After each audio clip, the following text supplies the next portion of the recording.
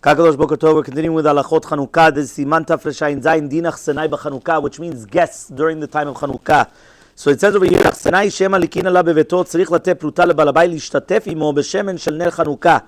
What does that mean? It means that right now if you have a guest, so they're not lighting for him in the house. The reason why it says it's not lighting for him in the house is because it's already brought down in the Mishnah Berurah that if right now your wife is lighting for you, even though you're out of town and you're somewhere completely different, as long as you know for a fact that she's lighting for you, you do not need to light Nerot Chanukah.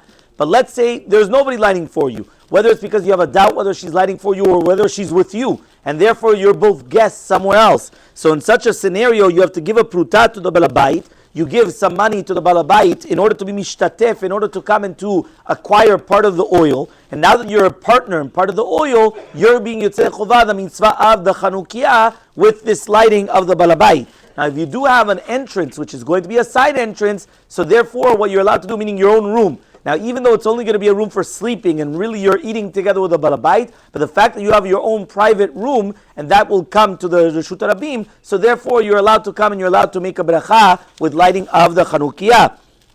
The Mishnah Berurah brings down to do with Bachurim, and what's brought down is as follows. To do with Bachurei Yeshivot, that they do not sleep in the house. So therefore they have a dormitory. So therefore, since they come home during Ben Ezmanim and they are supported by their father, they do not need to light the Chanukiah. Plus, they don't even have to be mishtatef. They don't have to do anything. However, though, what about if we are in Chutz La'aretz and they are in Eretz Yisrael? So in such a scenario, it's going to be a machloka between Rabbi Tzion Abba Shaul and Rav Ovadia. According to Rabbi Tzion Abba Shaul, the fact that there's going to be a difference in the hours, so even though you're right, he's still being supported by you, but because of the difference in the hours and that technically he's only coming back once in a while, so therefore he should light the candles with a beracha. According to Rav Ovadia Yosef, he wants to say mi'ikar adin that they do not need to light the candles with a beracha. He wants to say that at the end of the day, the fact that even though there's going to be a difference in hours, it's not a chova on the human being, it's on the house. However, if they want to, right, so then they're allowed to. And just obviously not have in mind that they're not going to be to the chuvah with their parents lighting in their house. So therefore you have a machloka between Rav and Tzion.